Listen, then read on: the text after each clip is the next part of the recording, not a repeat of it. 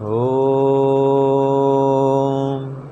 भूर्भुवः स्वः तत्सवितुर्वरेण्यं भर्गो देवस्य धीमहि धियो यो नः प्रचोदयात्। हे ईश्वर, हम यह पठन पाठन आपको प्राप्त करने और कराने के लिए साधन के रूप में करने जा रहे हैं। इस कर्म को और इसके कर्म फल को भी आपको अर्पित करते हैं। ओम शांति शांति शांति। सबको सादर नमस्ते जी। हमारा जी वेदांत दर्शन का दूसरा अध्याय चल रहा है। इसमें चौथा पाद हम पढ़ रहे हैं।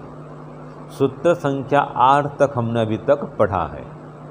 अब आ रहा है सूत्र संख्या 9। बोलिए। न वायु क्रिये पृथक उपदेशात।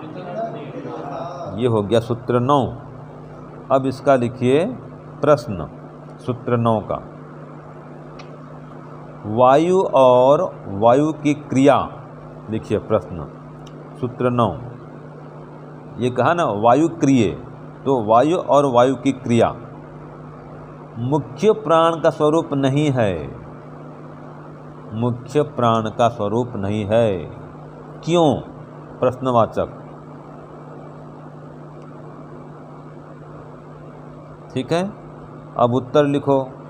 इसी को लिख दो, दोहरा दो। चलो, क्यों को हटा के उत्तर लिखो। वायु और वायु की क्रिया मुख्य प्राण स्वरूप नहीं है, क्योंकि। बस जो ही प्रश्न है क्यों को क्योंकि कर दो, क्योंकि हो गया उत्तर। अब 2 लाइन में ख़त्म हो जाएगा ये। जो प्रश्न है ना क्यों, उसको पूरा दोहराओ और लिख दो क्योंकि कर दो। प्रश्न था वायु और वायु की क्रिया मुख्य प्राण का स्वरूप नहीं है, क्यों? तो इसी को कर दो क्योंकि। इसको लिखो और उत्तर लिखो क्योंकि उसका वायु से पृथक वर्णन होने से हैं, उसका वायु से पृथक वर्णन होने से, तो फिर वो जुड़ जाएगा। वायु और वायु क्रिया मुख्य प्राण का स्वरूप नहीं है। ठीक है ना? हाँ, तो एक बार लिखना ना, वो तो क्या समझाने के लिए बोल रहा हूँ मैं। एक बार लिखो, पहले लिख दो वायु और वायु क्रिया मुख्य प्राण का स्वरूप नहीं है, क्योंकि उसका वायु से पृथक वर्णन होने से। हो गया उत्तर, है ना? इतना ही है। हाँ जी, एक ही बात है। चलो, ये हो गया सूत्र 9। अब देखो ये क्या कह रहा था कि जो वायु है और वायु की क्रिया है, क्या वो मुख्य प्राण का स्वरूप है? तो उत्तर दिया नहीं है भाई, वो तो श्रेष्ठ है जो मुख्य प्राण है। तो ये सब आ रहा है कि सश्रेष्ठ प्राण, वो प्राण श्रेष्ठ स्वरूप है, और वायु क्रिया तो सामान्य है।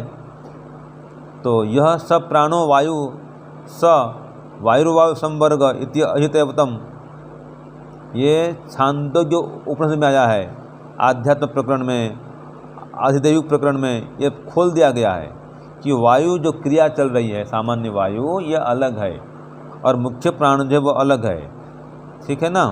तो ये कह रहा है यो अयम श्रेष्ठो मुख्य प्राण स वायुर न वायु क्रिया न भिन्न भिन्न इंद्रिय व्यापार रूपा। ये जो सभी शरीर में घूम रहा है ना, ये तो अलग अलग प्रकार की वायु चल रही हैं। जैसे प्राण, अपान, उदान, व्यान समान नहीं चल रहा है। ये तो 5 प्रकार के प्राण हैं, लेकिन मुख्य प्राण है वो तो एक ही है। पहले पढ़े ना, मुख्य प्राण एक ही है। वो कहते मैं मुख्य प्राण हूँ, मैं ही 5 भाग में विभक्त होकर शरीर को चला रहा हूँ। तो भिन्न भिन्न वायु आदि हैं, ये तो अलग हैं, मुख्य प्राण एक ही है। हाँ, इसके ये स्वरूप है, अलग बात है वो, लेकिन वो मुख्य प्राण अलग है इससे। और ये उसके मुख्य प्राण से, ये जो कहा है एक मुख्य प्राण एक ही है, उसके 5 भाग में ये सब चल रहे हैं। प्राण, अपान, उदान, व्यान समान उसके ही स्वरूप हैं, लेकिन मुख्य प्राण इनसे अलग है। जैसे कि क्या कहना थे, प्रधानमंत्री वो तो मुख्य है भाई, उसके ही सब सहयोगी, सब कोई कृषि मंत्री है, कोई और क्या मंत्री, कोई और क्या मंत्री है, लेकिन प्रधानमंत्री तो एक है, बाकी सब उसके मंत्रिमंडल में हैं। तो ऐसे ही मुख्य प्राण एक है, बाकी उसके सहयोगी हैं। और इसको बार बार फिर देखो भाष्य में वही आ रहा है बार बार कि ये तस्मात् जायते प्राणः, कि उससे परमात्मा से प्राण उत्पन्न हुआ, प्राण से मन उत्पन्न हुआ, सभी इंद्रियां, फिर आकाश, वायु, जल, वो सब उत्पन्न हुए। ये सब हम बार बार पढ़ रहे हैं। तो इनको देख करके ये मत समझना कि वो मुख्य प्राण और ये सभी वायु क्रियाएं एक ही हैं। तो ये दोनों को अलग अलग यहाँ पर बता दिया गया है। तो सूत्र 9 का सार यही है। ठीक है। अब सूत्र 10 देखो, चक्षु आदिवत्तु तत्सह शिष्ट्यादिभ्य। हाँ, अब इसका लिखो प्रश्न। यहाँ भी वही बात है, क्यों का जोड़ना है बस प्रश्न में, ये उत्तर में क्यों की लगा देना है। तो लिखिए, प्रश्न लिखिए, चक्षु आदि के समान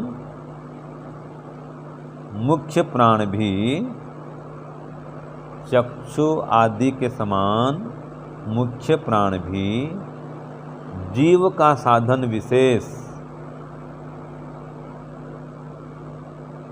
चक्षु आदि के समान मुख्य प्राण भी जीव का साधन विशेष है, क्यों? ये प्रश्न हुआ। क्या प्रश्न हुआ? जैसे चक्षु आदि साधन है जीवात्मा के, ऐसे ही ये मुख्य प्राण भी साधन है। तो क्यों साधन है, ये प्रश्न हुआ। तो उत्तर लिखो, उत्तर लिखिए, वही लिखिए जो लिखे प्रश्न लिखे हो उसको दोहराइए, फिर क्यों की कर देना, जो लिखे ना प्रश्न में उसको दोहराओ कि चक्षु आदि के समान मुख्य प्राण भी जीव का साधन विशेष है, क्योंकि। ठीक है, प्रश्न क्या था, क्यों था ना, उसको क्यों की कर दो। अब लिखो उत्तर, क्योंकि इंद्रियों के साथ उसका विवाद व निर्णय होने से, इंद्रियों के साथ उसका विवाद व निर्णय होने से। ये भी बार बार पढ़ रहे हैं हम ये विवाद को। अभी आपको कहा था क्या विवाद चला था। इसमें दो बातें आ रही हैं भाष्य में। एक तो ये तस्मात् जायते प्राणः वाला, ठीक है जी। तो ये क्यों साधन विशेष है, तो कह रहा है क्योंकि इनकी भी उत्पत्ति हुई है। जैसे सभी इंद्रियां इनकी उत्पत्ति हुई है, तो जो मुख्य प्राण है उसकी उत्पत्ति भी हुई है, और शरीर के धारण में इसका भी महत्वपूर्ण भूमिका है। तो अब वो क्यों इंद्रियां कह रहे हैं, ये साधन कह रहे हैं, क्योंकि विवाद हुआ था। क्या विवाद हुआ था? मुख्य प्राण में और सभी इंद्रियों में। मुख्य प्राण कहता है कि भाई मैं सबसे श्रेष्ठ हूँ, और इंद्रियां कहती हैं हम श्रेष्ठ हैं, हम श्रेष्ठ हैं। तो ये आपस में इंद्रियां पर झगड़ा कर रही थी। नेत्र कहता है मैं बड़ा हूँ, कर्ण कहता है मैं बड़ा हूँ, हैं वो कहे नासिका मैं बड़ी हूँ, सभी अपने को श्रेष्ठ मान रहे थे। तो फिर उसको आना पड़ा प्राण को, कहा भाई मैं ही श्रेष्ठ हूँ, मेरे कारण सब तुम क्रियाशील हो रहे हो, मेरे निकलते तो सब निकल जाओगे, तो मानना पड़ा। जैसे वो साधन है, सब मुख्य प्राण भी साधन, और जैसे इनकी उत्पत्ति हुई है ऐसे प्राण की उत्पत्ति हुई है। तो ये भाष्य में यही सब वर्णन दिया गया है। यही चर्चा है, मैंने जो बता दिया यही चर्चा है कि एक तो इसकी उत्पत्ति हुई है और सभी इंद्रियां उत्पन्न हुई हैं, तो मन भी उत्पन्न हुआ है और प्राण भी उत्पन्न हुआ है, और इन पे झगड़ा हो गया। इंद्रियों में तो समाधान करता प्राण, भाई मैं सबसे बड़ा हूँ, श्रेष्ठ हूँ, तो उनके साथ में इसकी गणना हुई है, इसलिए इनको प्राण कहा जाता है, इंद्रियों को भी।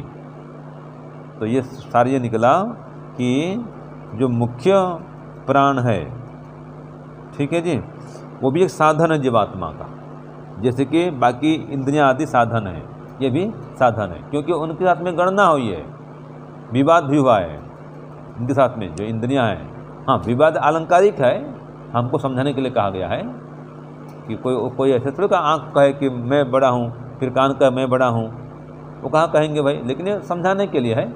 तो फिर प्राण कहता नहीं मैं ही बड़ा हूँ। तो विवाद के होने से सिद्ध हुआ कि प्राण भी एक साधन है। ये हो गया सूत्र 10। आपको सब सार बोल दे रहा हूँ, ठीक है ना। अब देखो सूत्र 11 लिखिए, प्रश्न लिखिए इसका। पहले प्रश्न बोलो, ये सूत्र पहले बोलिए। अकरणत्वाच्च न दोषः तथा ही दर्शयति। लिखिए, प्रश्न लिखिए इसका। मुख्य प्राण का कोई विशेष विषय क्यों नहीं है? मुख्य प्राण का कोई विशेष विषय क्यों नहीं है?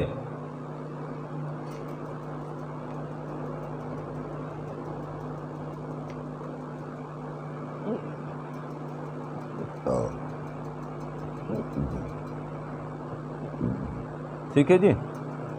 तो उत्तर दिया अकरणत्वाच्च न दोषः तथा ही दर्शयति। अब इसका हिंदी लिखिए।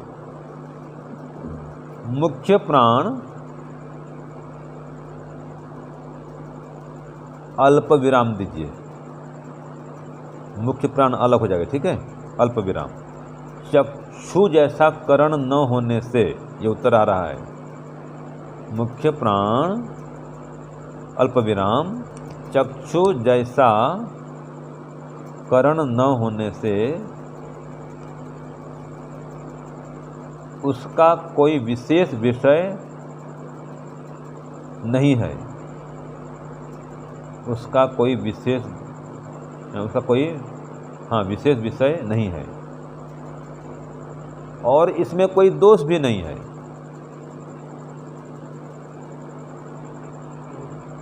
और इसमें कोई दोष भी नहीं है। श्रुति में ऐसा ही देखा जाने से,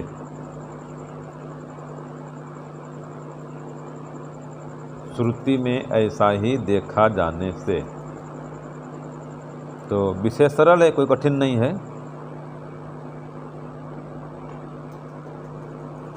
क्या कहा दिया इसमें कि देखो जो मुख्य प्राण है, समझो प्रश्नों को। भाई आपने कहा दिया कि ये भी साधन है। पहले क्या पढ़ा था आपने? जैसे इंद्रियां साधन हैं वैसे मुख्य प्राण भी साधन है। तो उसने प्रश्न किया पूर्व पक्षी ने, यदि ये साधन है तो कोई का विषय क्यों नहीं है? जैसे आँख का विषय रूप है, देखना है ना। ये कान इसका विषय क्या है? सुनना है। नाक का विषय सूंघना है। ऐसे जो मुख्य प्राण उसका विषय क्या है भाई? तो उत्तर दिया कोई का विषय नहीं है। हैं? हाँ, ऐसा तो दिखता नहीं कोई विषय ना, तो कोई इसका विषय विशेष नहीं है। जिस सबका रूप का विषय है, या आँख का विषय देखना है, कान का विषय सुनना है, नाक का विषय सूंघना है, जीभ का रस लेना है, ऐसा ज्ञानेंद्रिय रूप में इसका कहीं वर्णन नहीं है। हाँ, ग्राह्य विषय, हाँ, जो किसी ज्ञान को ग्रहण करे, किसी ज्ञान को ग्रहण करे, ऐसा कोई विषय तो है ही नहीं। तो कोई बात नहीं कह रहा ये, वो तो हस्तेंद्रिय है ना। ये मुख्य प्राण की बात हो रही है। तो मुख्य प्राण जो है चक्षु आदि समान करण नहीं है, आँख के समान करण नहीं है, इसलिए कोई इनका विशेष नहीं है, कोई विशेष विषय है नहीं इसका, और इसमें कोई दोष भी नहीं है। श्रुति ऐसा ही दिखलाती है। ये सूत्र हो गया आपका 11। अब अंतिम लिखो सूत्र 12।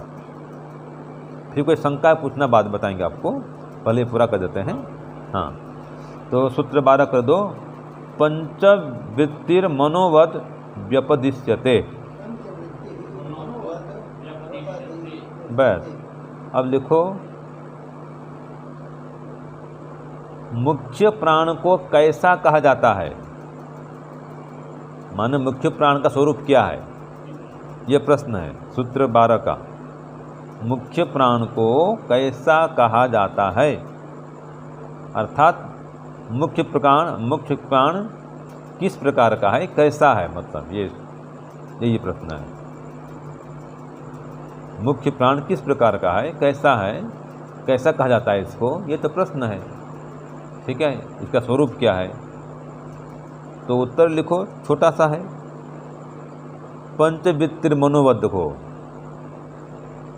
तो लिखो उत्तर, मुख्य प्राण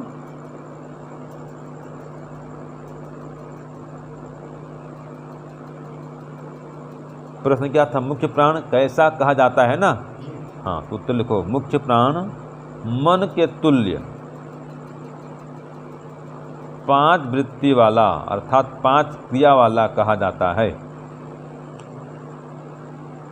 मुख्य प्राण मन के तुल्य 5 वृत्ति अर्थात 5 क्रिया वाला कहा जाता है। हाँ, 5 क्रिया, इसकी 5 क्रियाएं होती है ना जी, मुख्य प्राण।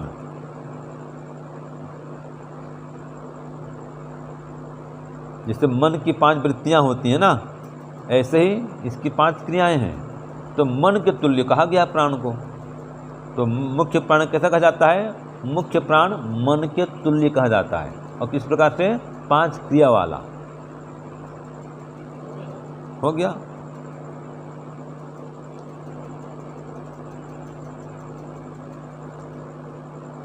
ठीक है, चलो। ओम शांति शांति शांति। सर्वेभ्यो नमः। सबको सादर नमस्ते।